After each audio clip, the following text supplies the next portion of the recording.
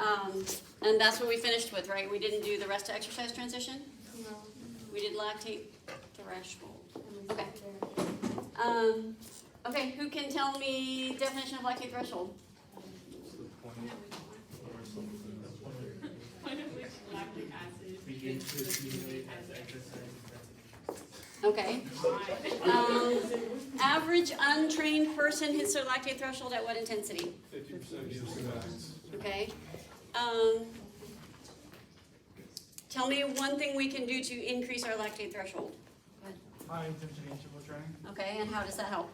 This helps us by being able to increase our buffer system, which increases the bicarbonate, which allows us to get rid of that hydrogen going into the lactate, going onto putting it off, creating carbonic acid, and then from carbonic acid we break down into water and carbon. Okay, so we're clearing the lactic acid faster so it's not going to accumulate.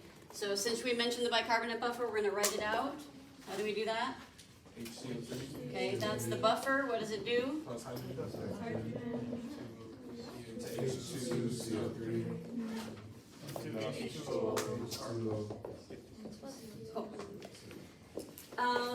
And what's the other way we can increase lactate threshold? Less lactate. Okay, how do we do that? Increase mitochondrial availability. Okay, and how do we do that? Low to moderate. Very good. Low to moderate intensity endurance training increases our mitochondrial density. Therefore, we can accommodate more hydrogen and electron in the electron transport chain. Therefore, we produce less lactic acid. Awesome. What is the benefit of having a high lactate threshold? What does it help you do? To work out longer before shifting into high intensity to the anaerobic system. So, yes and no.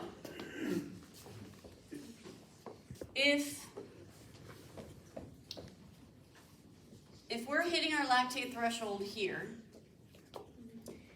and then we train and we increase our lactate threshold here, the benefit of that is it's helping us work out longer.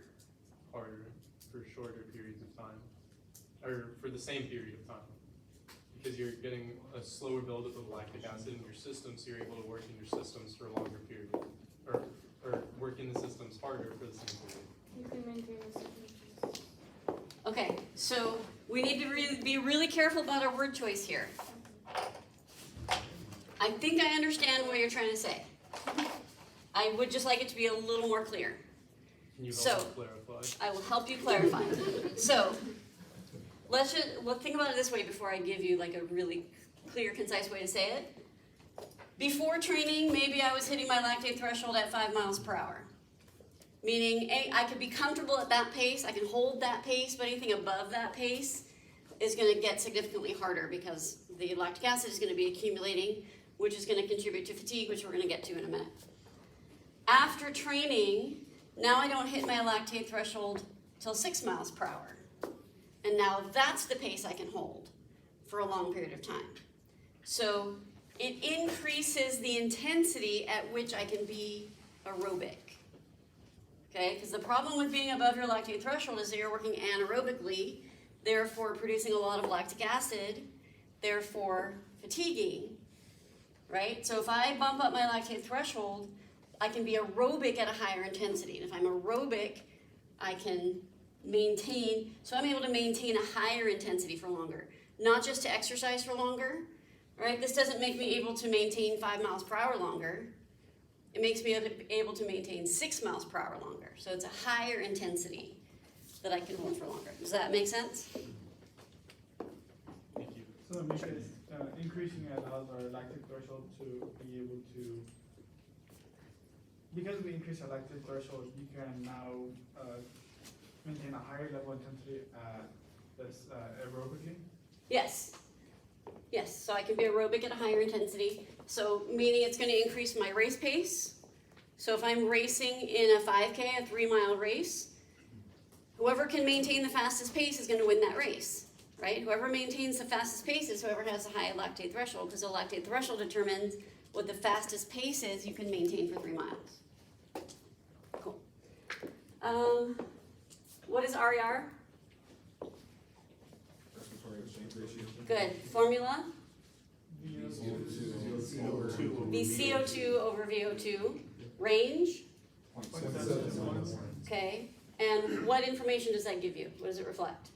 What subject you using? What substrate you're using. So the lower end means you're using mostly, and the higher end means you're using mostly. Awesome. Okay, so last topic in chapter 5, and then we'll do chapter 6. So let me give you a scenario first. Hypothetically, we're not going to actually do this one. Hypothetically, we're going to stand up, we're going to go out that door, we're going to run 2 laps around the building, and then we're going to come back and sit in your chair. Okay? So, first of all, before we do that, hypothetically, sitting in your chair right now, everybody feel like you're getting enough oxygen? Nobody's breathless, struggling to get enough air, right? How much oxygen are you breathing right now, approximately? 3.5 what? Okay, so we go run 2 laps around the building, you come back and sit in your chair, your oxygen requirement will be the same, right? But will you feel different? Yes. How will you feel? Still gonna feel lacking for oxygen. Okay, so your breathing rate will be elevated, your heart rate will be elevated, you're probably sweating, okay? But your oxygen requirement sitting in the chair is the same after the run as it is before the run. But you're breathing more than you need to. Okay, so something happened during that exercise that made you start breathing faster, and it didn't shift back to resting right away. Like, it takes time, right? So there's a transition period from rest into exercise and then back into rest. So that's what we're going to talk about right now. So there's a difference between how much oxygen your body requires and how much oxygen you're actually consuming, and they don't always match in transition. Okay, so x-axis of this is going to be time in minutes. This is going to be a volume of oxygen. I'm going to draw one line for oxygen requirement and one line for oxygen consumption. Okay, it's never going to be 0, so what's my lowest line going to be? 3.5, and this is going to be in mLs per kg per minute. Okay, if I knew this person's VO2 max, I could put their VO2 max up here. I don't really need a number there. Okay, whatever speed you're running at is not going to be, it's going to be above 3.5 and it's going to be below your max, right? It's going to be some sub-max level. Everybody okay with that? Okay, so right now I'm going to draw the line for your oxygen requirement doing what we just said. Okay, so you're going to sit in your chair for a couple of minutes, you're at 3.5. As soon as you start running, okay, let's say you're running 6 miles per hour, your requirement for oxygen is going to jump up to whatever intensity you're running at. Okay, let's say it takes you a few minutes to run around the building twice. As soon as you sit back down in your chair, your requirement for oxygen drops back down to resting level and stays there. Okay, so this line represents oxygen requirement.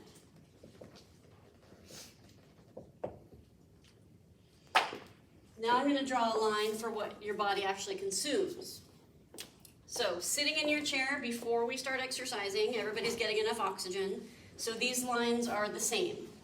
I'm going to draw it slightly below it so you can see it, and I'm going to draw it dotted. Okay, they're equal. As soon as you started running, your requirement for oxygen jumped up, but your actual consumption doesn't go up that fast. It takes time. Eventually, assuming this pace is below your lactate threshold, you should be able to meet your oxygen needs. If your pace was too fast, it was above your lactate threshold, you would never meet the need. Okay, so we're assuming your pace is below your lactate threshold and the lines are going to meet. Okay, after you sit down, your requirement for oxygen drops back down to resting levels, but it takes time for your body to adjust. So this line represents oxygen consumption.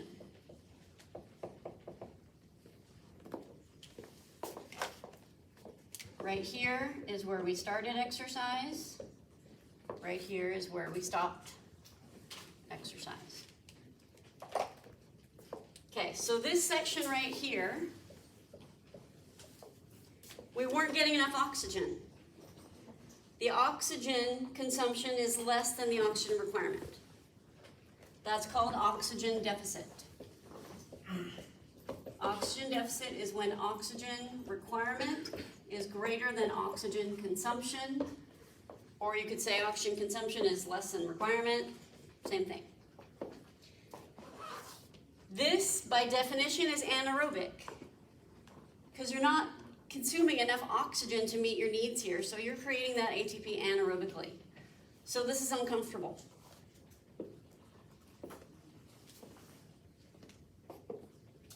This part right here, your oxygen needs are being met. This is called steady state. In steady state, oxygen requirement and oxygen consumption are equal. That's aerobic, and it's comfortable. So, if you've ever tried to take someone running who doesn't like to run, or you've tried to run and you don't like to run, you get 2 minutes in, and you say, this is so uncomfortable, it's miserable, I hate running, I'm horrible at it, I'm just gonna walk. If you do that at 2 minutes, what you don't realize is if you kept at it another minute, you'd hit steady state, and you'd be comfortable. It takes about 3 minutes for your body to adjust to your intensity. Within 3 minutes, you should hit steady state. If you don't hit steady state within about 3 minutes, it means your intensity is above your lactate threshold and you need to slow down. If you're below your lactate threshold, you should hit steady state within 3 minutes, and at that intensity, you should be able to go long term. Jonathan? Is that what people refer to as runner's high? No, runner's high is more of like an endorphin release during your run. Yeah, this is uncomfortable. Runner's high is a good feeling. This is very uncomfortable.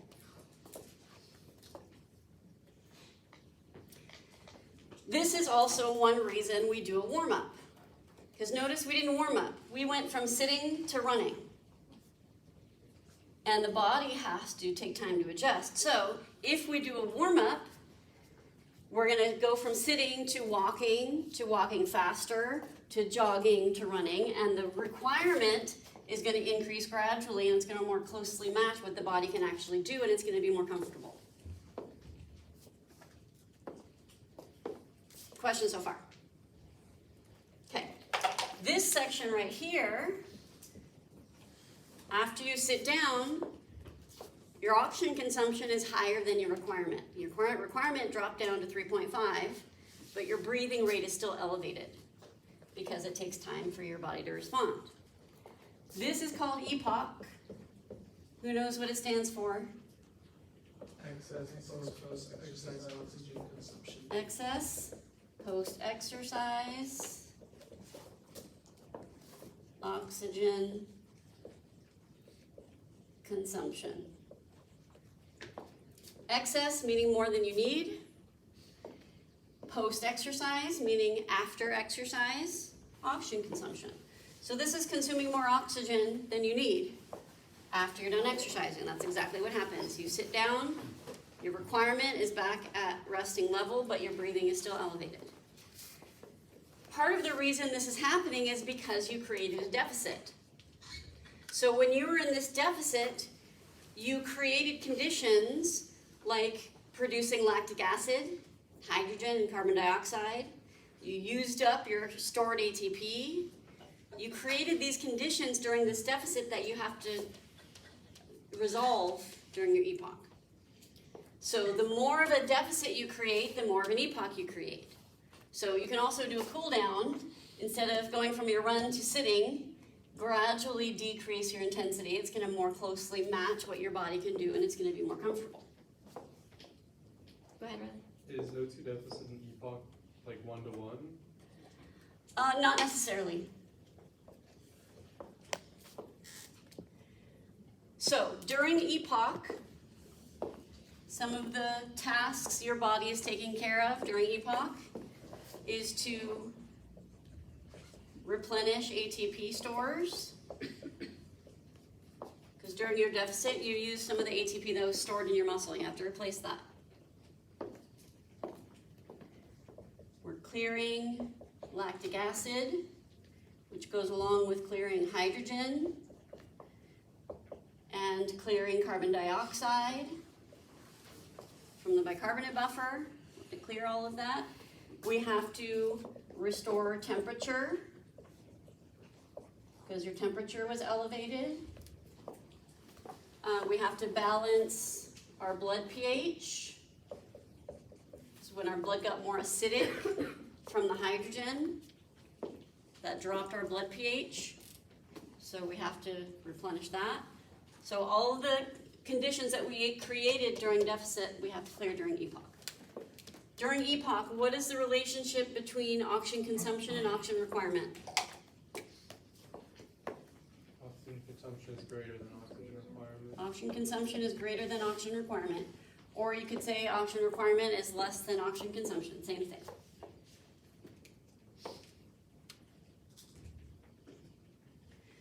So this doesn't mean that deficit is bad.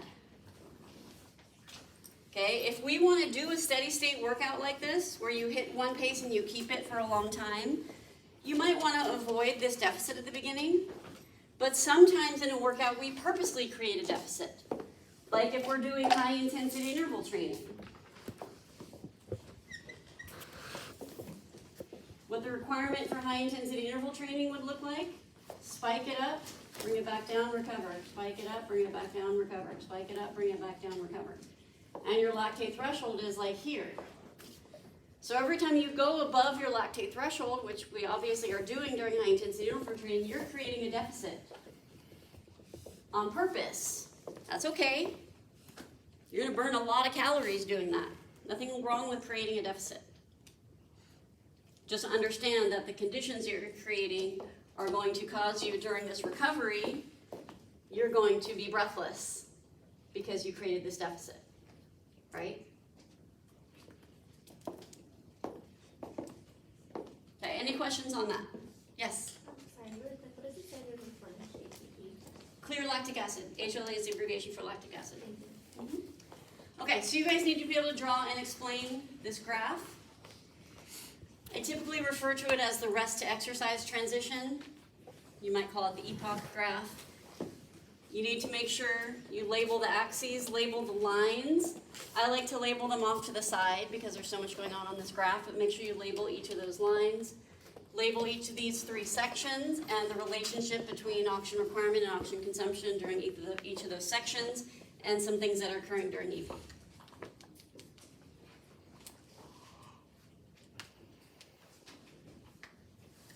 Questions? This our guarantee to draw on the test thing? No?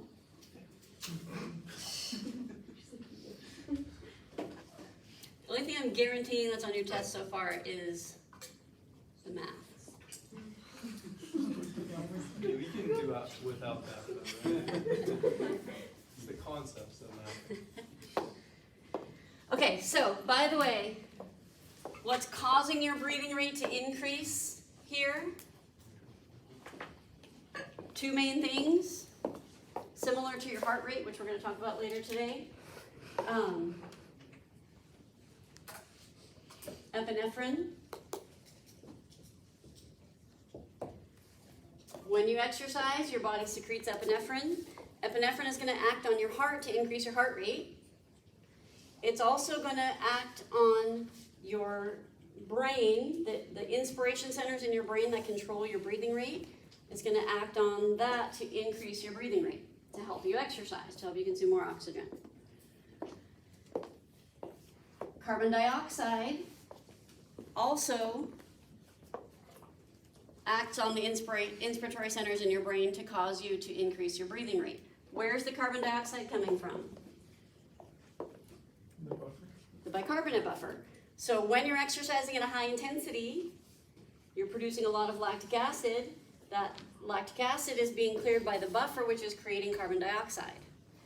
Carbon dioxide is a waste product. We're going to be exhaling it, but it also has a purpose. It's going to trigger the inspiratory centers in your brain to increase your breathing rate to help you blow off this carbon dioxide. Because exhaling the carbon dioxide is helping you clear the lactic acid. So Remember on the first day of class, we talked about sprinting up the stairs of Sierra Hall, and I said your legs would be burning at the top and you'd be out of breath, and those two things always go together. Being out of breath and having your muscles burning go together. There's a link. The link is the buffer. Anytime you're working hard enough to have lactic acid accumulating, you will be out of breath. Because the buffer is working, creating carbon dioxide, increasing your breathing rate. So next time you experience that and you're out of breath from a hard interval, most people think you're breathing rapidly at that point because you're trying to get more oxygen in, but you're not. You're working anaerobically, you don't need more oxygen. You're breathing rapidly because you're trying to blow off the carbon dioxide. So focus on the expiration more than the inspiration at that point, because clearing that is going to help you do more.